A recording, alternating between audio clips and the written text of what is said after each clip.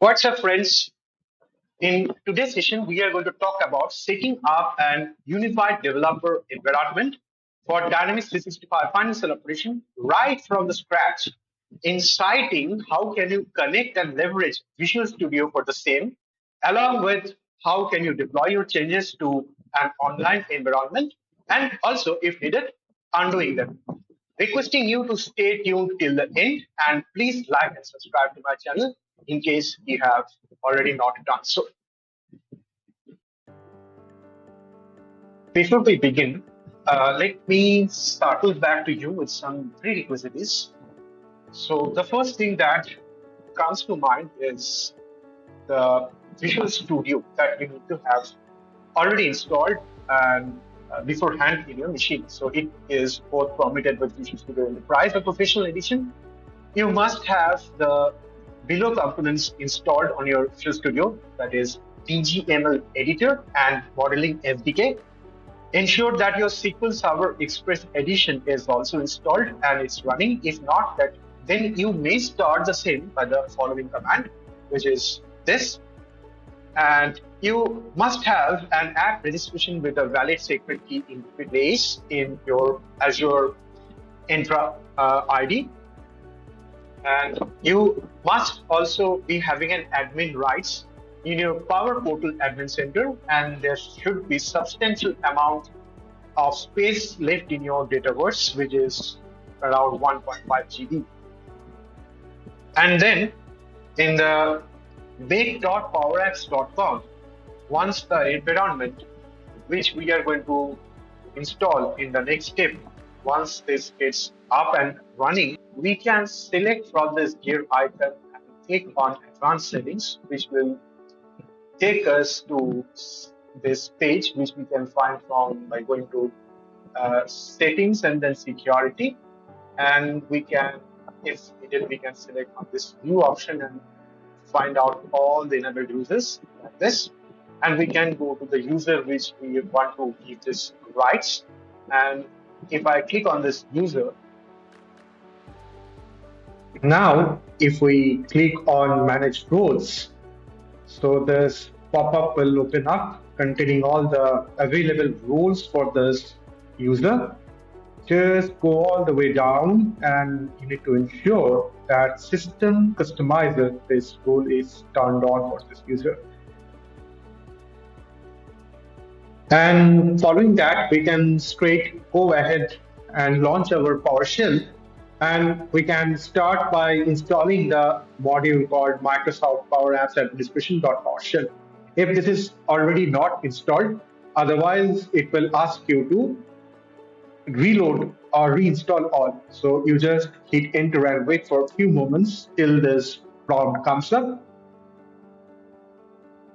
And in no time, it's going to ask you this, like you're installing the modules from an untrusted repository, and do you want to install the modules like PS Gallery if you want to do that, and if you can press Y for yes or A for yes to all. So we can safely press A and hit enter. So this got installed. Next, we can proceed with the command that declares a variable called app ID, where we actually need to provide our application ID. So what I will do is that I will grab my client ID or the application ID and replace this variable out here, which I'm keeping it in double quotes. So let me just remove this and hit enter. So following that, we can go ahead and we can just configure this app ID to launch our Azure, to connect our Azure with this application ID or client ID and hit enter. So this will essentially open a pop-up that is from where I can choose the user ID with which I want to install this new environment. So this is my pop-up, and let's wait till it comes.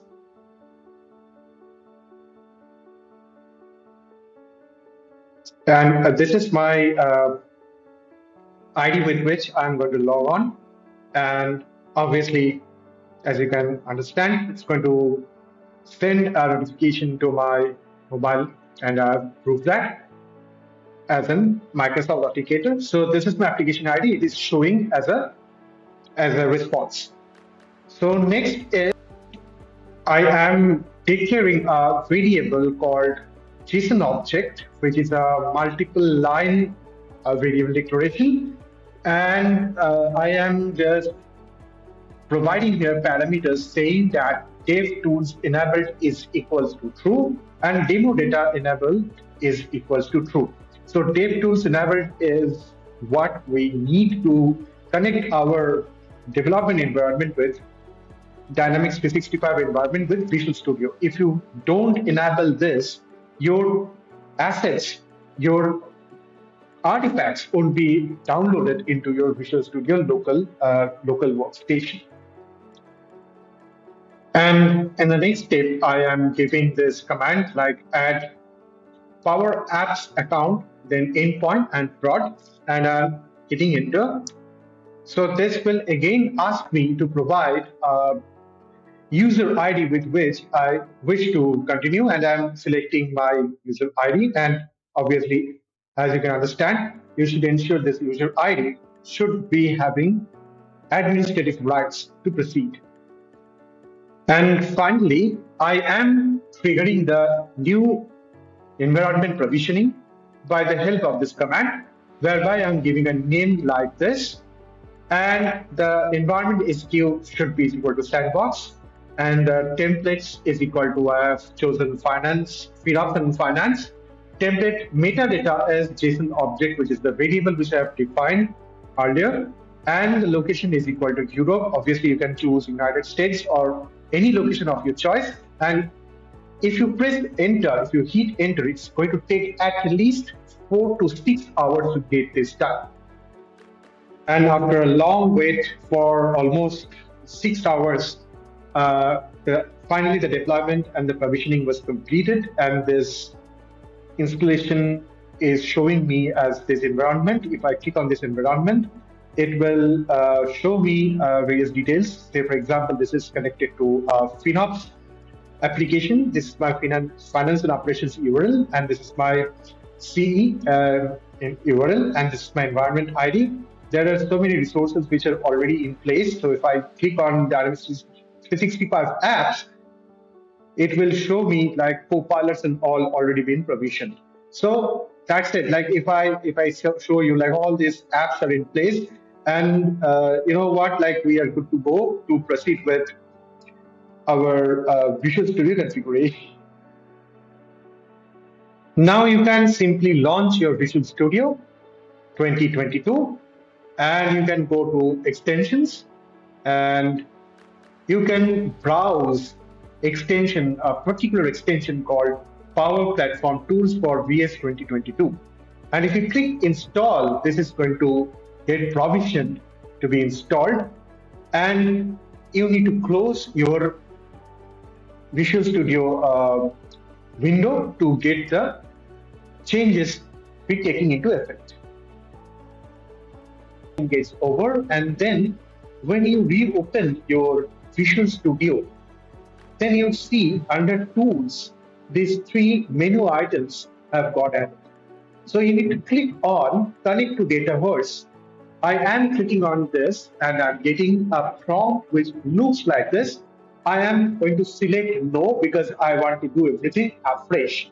So in the next screen, I am seeing like signing as a current user. I'm unchecking it, and instead I'm clicking on display list of available organization, and I am also selecting this radio button Office 365, and I'm clicking on login.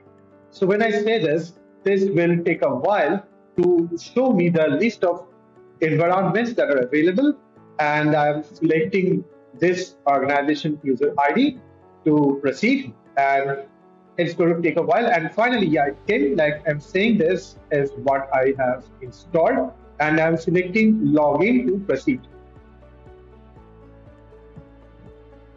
Coming up where it's asking you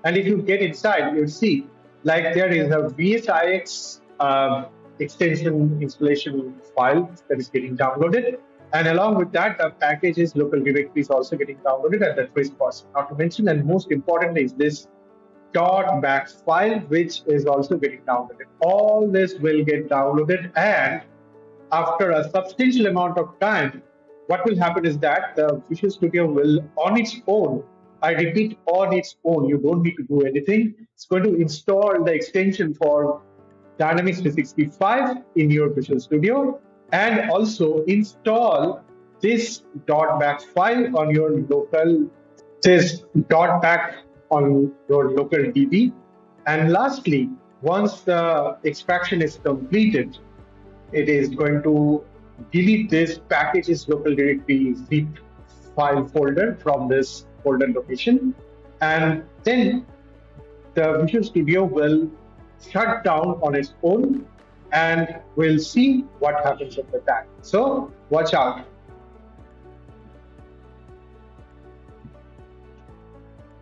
And yes, after a long 6 hours of wait, it finally got over and it downloaded all the files. And also, just not that, it has already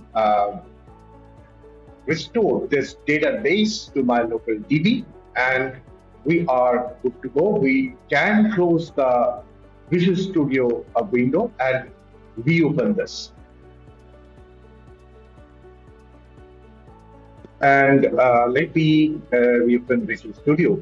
And if I see my Visual Studio once again, I can go to extensions and I can see Dynamics 365 and everything has come up very successfully. And I can also go to View and turn on my Application Explorer. So it will show up like this too. Additionally, I could go to Dynamics 365 and click on Configure Metadata, which is when this pop-up is going to show me all the necessary setups that are associated with this configuration. I can click this on as my active configuration, and this is where my cross-reference database is going to reside. This is my local DB, which it has installed on its own, and this is the application version, which is associated with this configuration, and this is a sample path which is it actually created, and this is the local packages directory. It has basically created a local packages directory for me and dumped all the application foundation and application suite and all the modules in there. I can just click save to make it activated. So, well, that's it. And you can now straight go ahead and create a new model of your own and start doing your customization. And in the tools, I can see download Dynamics 365 Finance and Operations Assets, which is a very useful tool just in case if you want to re-download your FinOps artifacts and objects once again and models once again. Because if I reconnect to Dataverse, this is not going to re-download my assets when needed. But using this, you can always re-download your artifacts and objects and models and packages whenever you need them.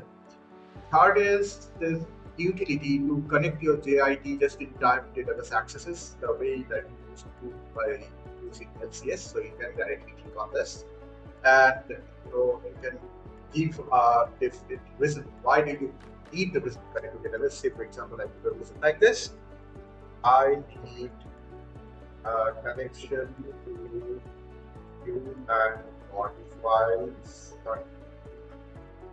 data, and I can give this access type, access role as writer, and I can ask for request access. So this is will fetch the credentials for SQL JIT access and enabling my password and connection strings. So this is what you need. Just to copy and keep them somewhere, and you can get connected to your SQL server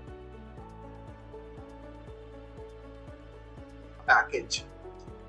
So this is my package which I've created, and I've created a data entity with data entity action. which is basically doing workflow approval whenever you are going to pass on the if request ID along with the user ID and data area ID. And I want to deploy these changes to my environment which I have created.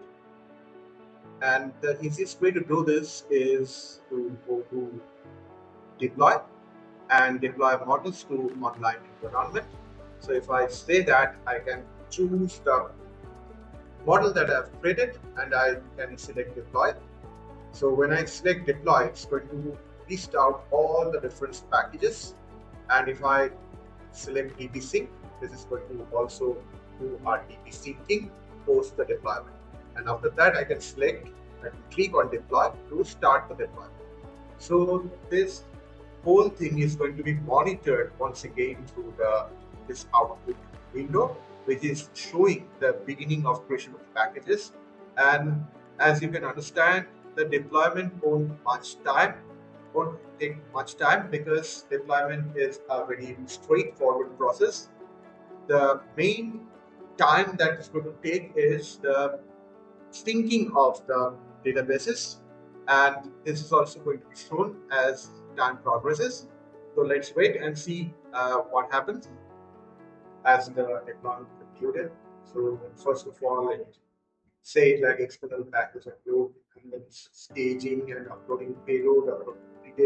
So like that's keeping on progressing. And so once the the initial deployment is completed, it will go for syncing because we purposely selected the DB sync include, and it's going to keep on pinging till the DB sync gets over, and it's going to take a lot of time to get concluded, and then it's going to restart the service, and then once the restart is completed, then it's basically doing some further post-deployment processes, and finally it's coming to a conclusion saying that this is deployed, this package has not deployed.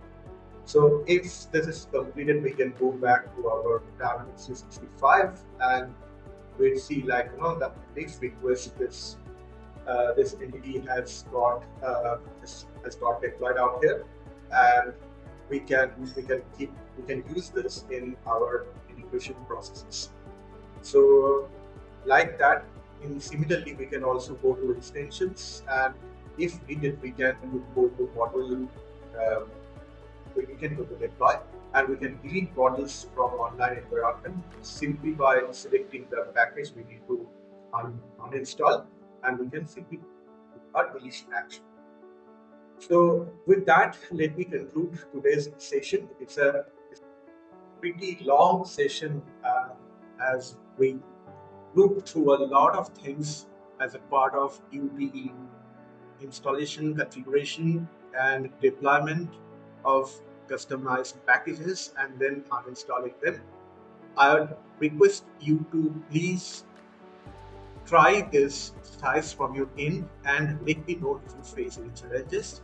And you know how to reach me. I'm always available, just a buzz away on LinkedIn in my following handle. You can also mail me on this email ID, and please don't forget to like and subscribe my channel, and take care and much love as always, Subhashish.